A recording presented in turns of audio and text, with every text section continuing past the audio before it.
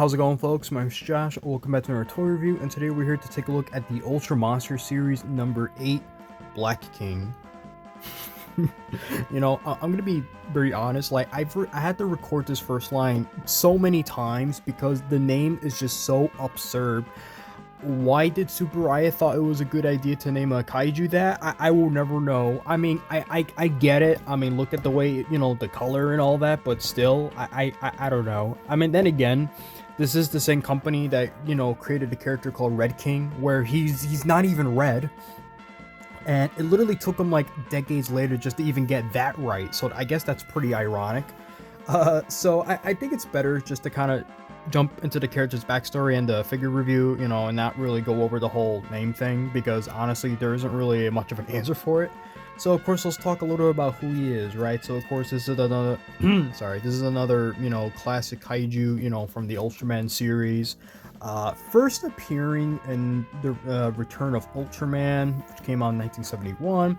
He appeared in episode 37, Ultraman Dies at Sunset, which I know, yeah, weird name for an episode, am I right? And of course the episode itself is kind of like a, your usual alien invasion type thing, where he's of course being controlled by the evil alien Knuckle, who comes from the planet Knuckle. I know, we're getting really creative today, I know, right? Yeah, so yeah, you pretty much get the gist of it, really. Another classic monster. Obviously he's more of a pet than a big danger, if that makes any sense, which is kind of ironic because if you look at like the behind scenes and all that, he gets a lot of comparisons with Red King regardless, just because of his sort of like brooding, like sort of like the way he looks, pretty much. I mean, I could kind of see it, I guess, he does kind of remind me a little bit of Red King, maybe like in the chest area or so, but that's really about it. Maybe a little bit in the back, but that's also kind of weird mentioning that, because for the most part I don't think there was any reuse of like the materials to create the suit, because obviously Tsuburaya does that all the time, where if they have like a suit left over from a previous episode or so, they'll reuse it just to, for a cost efficiency, they'll save some money doing that. But what's weird is that when you compare this character, he actually looks very similar to another kaiju that appeared in the same series called King Strong. He appeared in episode 24. It's called Horror Birth of the Apartment Monster. Although be careful, because from my research, for some reason the episode is also called Horror Mansion Monster's Birth. So I don't know which one's right and which one's wrong. I'm just saying the similarities are just really weird, and I kind of wonder if like that suit was reused to create Black King. But then again, that's really hard to say. There's literally no information supporting that, although I honestly wouldn't be surprised if that is the case. But anyway, yeah, so of course, just like every other, kaiju in the series, this is of course another like fan favorite throughout the series. So he does appear, from time to time, especially like during like the new generation type era of Ultraman, of course appearing in Ultraman Ginga and all that. Oddly, with the whole Spark Doll, whatever the hell this is, but you get the idea. Let's get right to the figure, right? So of course, as always, they come with their little tags here. This is great. I mean, I love that they use like the classic like photo of him, which of course is always a nice little plus in my book, at least. Of course, that's alien Knuckle, you can see right there. In case you're wondering, yes, Bandai did made a vinyl figure of him, but not this version. They did the one from Ultraman Ginga, so give or take, But what's ironic is that even after that show, eventually we would actually get the return of him, like this version regardless. So okay, I mean, I don't know how I feel about an alien that literally looks like a guy dressed in pajamas, but hey, that's just me.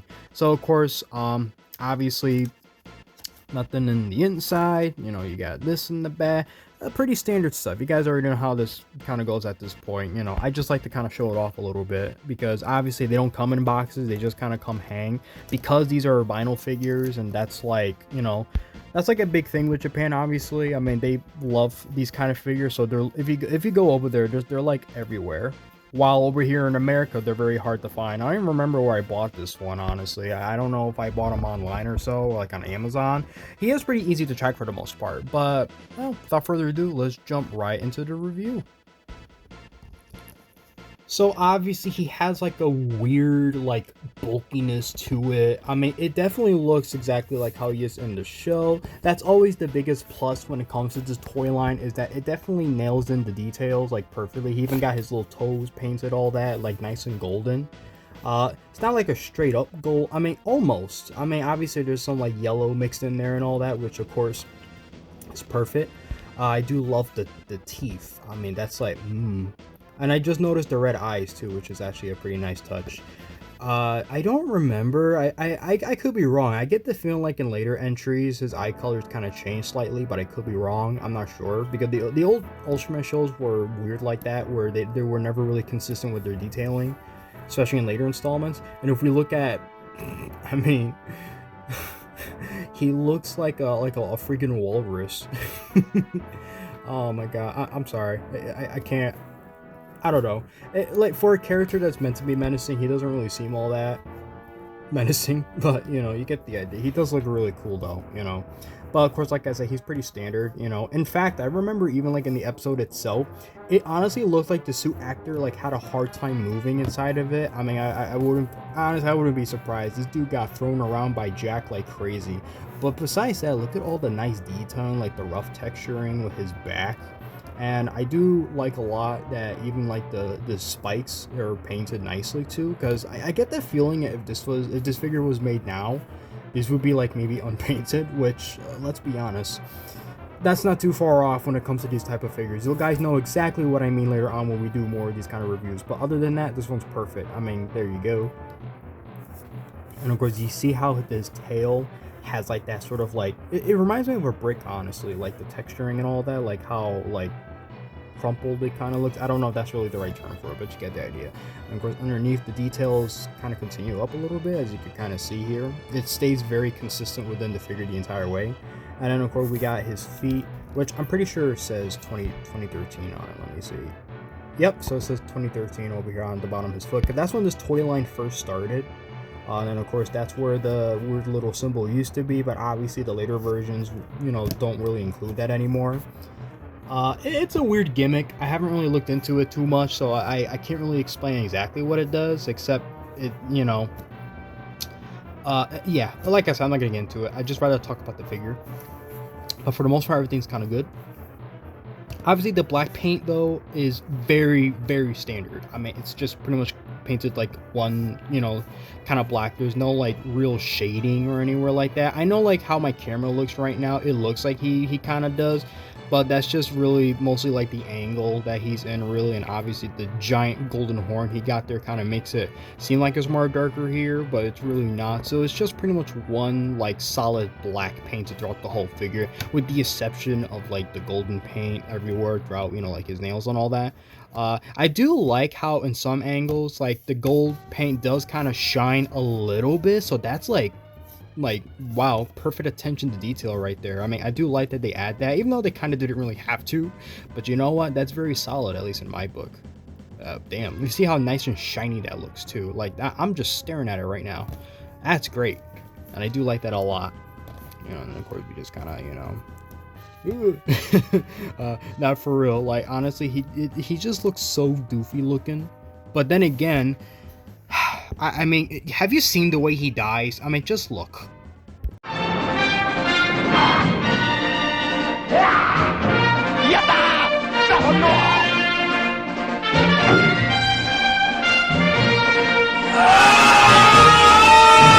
I mean, look, come on, guys. I mean, you can only really give a show so much credit until, like, the bullshit starts to set in. Like, I can't really help it. Then again, this is also how Alien Knuckle dies.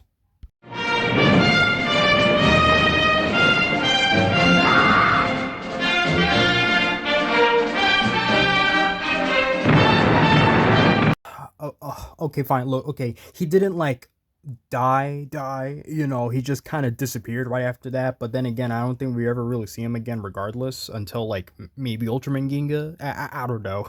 Whatever, let's go over the articulation now.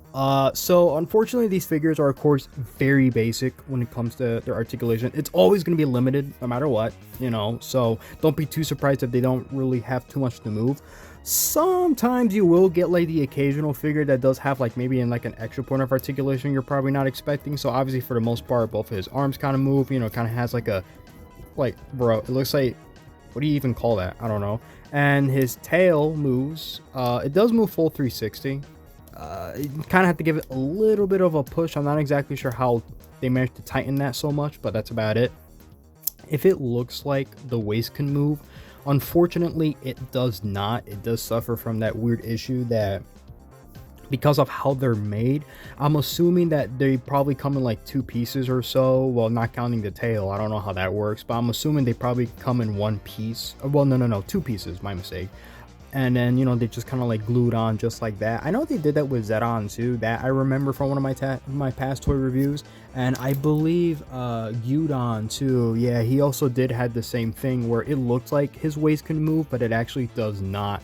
Like I said, that's not necessarily a bad thing. It's really not. I just thought I'd kind of let you guys know so that way you don't be curious and try to break the figure just to kind of see if his waist moves. I can't honestly, I don't even remember what it was. I think it was with an alien figure I had, you know, like by NECA Toys, you know, they made like an alien figure. I think I moved the arm the wrong way and it ended up literally snapping. So yeah, but these figures are very durable. Obviously they're made of, you know, vinyl plastic, you know, it's like a mix between soft and hard. This one is slightly on the soft side, but it's very hard for the most part, but that's perfectly fine. There's nothing wrong with that. All in all, it is really cool though, and I do like, you know, the structure and all that. Looks very identical to how he is in the show. I guess one last thing I forgot to mention is like, what are these bumps, pimples? I have no idea. I mean, looking a little bit more into the detail, you could just see. I mean, I really do love how much variety the character has when it comes to like his skin texturing and all that, and I think this figure does perfect with that. So, all right. Well, at least I'm satisfied with my purchase, even though I don't even remember when I bought this, but you get the idea. This is a really cool figure, and I, of course, always recommend it.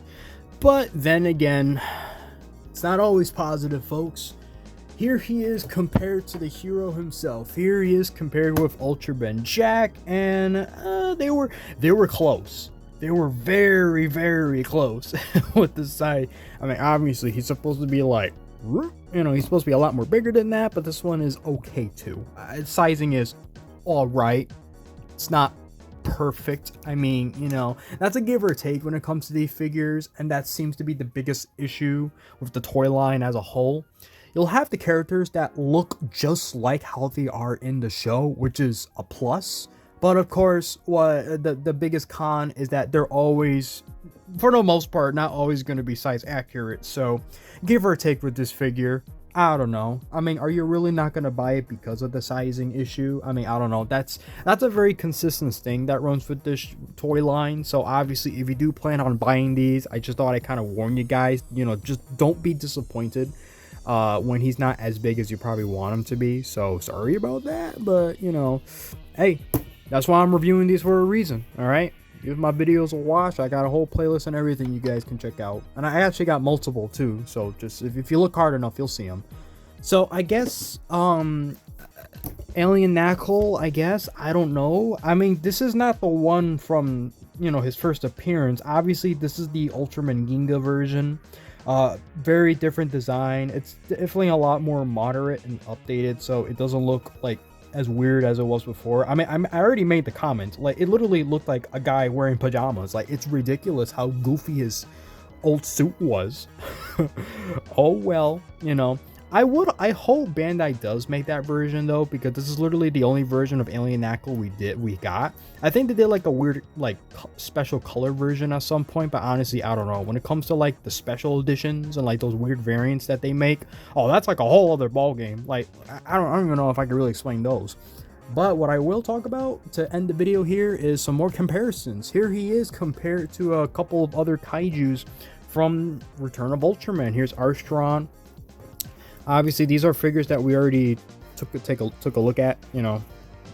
Actually, now that I think about it, damn, they could be like brothers. That's very similar to how they are. Well, it's not identical, but you get the idea. Of course, we got the Kong, which the oil monster, you know, which, I mean, I'm glad they made this figure, honestly. Very, very underrated kaiju in my opinion. And for the most part, I No. I'm trying to remember when was the last time he appeared. I know he was in Ultraman Taiga. I could have sworn he appeared in other series as well after that, but I'm not too sure. Of course, we got Gyudon. I already took a look at him. Actually, now that I think about it, they're not even looking at the camera. Do apologize. You guys know I always do everything on my phone. This freaking penguin that we took a look at last time. Look at him just standing all wide like that. Like, damn, he taking up all the space. Sadora, or Sadola. I don't know the proper name, but there he is. And then of course we got Twin Tails. And for the most part, I did look over my collection. I think this is all the kaijus I have based off of Return of Ultraman. So yeah, I guess that kind of ends it there with that, unfortunately. So yeah, these are all the monsters I have in the collection based off of Return of Ultraman. And obviously, I wish I had others, you know, like Snowgun. I know that's another classic kaiju I wish I could get in my collection, but unfortunately, if I don't have the figure, I can't review it. So yeah, but of course, if I ever do get them, I will definitely show them off because these are really fun figures. I mean, it's like you look at them and then you're like, they're not all that. But if I'm being honest, they're really cool to have in your collection, especially if you're a Godzilla or a Gamera fan. So of course, here we go right there, just to kind of end it, his tag. Yeah, that's about it really. I mean, I guess I could probably give it a solid 10. I don't really see any, like, you know, obvious issues with it for the most part. You know, it's you get what you get scenario, obviously, you know, so I don't have any issues with it. And surprisingly too, one thing I forgot to mention, I'm surprised that his horn hasn't been scuffed yet, because I had this figure for a very, very long time. I mean, this is an older toy, like I said, but surprisingly, this is actually one of the more easier ones that you could get. So, give or take. You guys want to add them? You don't want to add them? It's up to you. So the next figure that we're gonna take a look at is actually going to be Ultraman Ace. Ooh, yes, that's right. We haven't reviewed an Ultraman figure in a while, so yeah, that's going to be interesting, especially with the history and all that. So I can't wait for that. So until then, thank you guys for watching as always. Always fun, and yeah, that's about it. See you guys next time.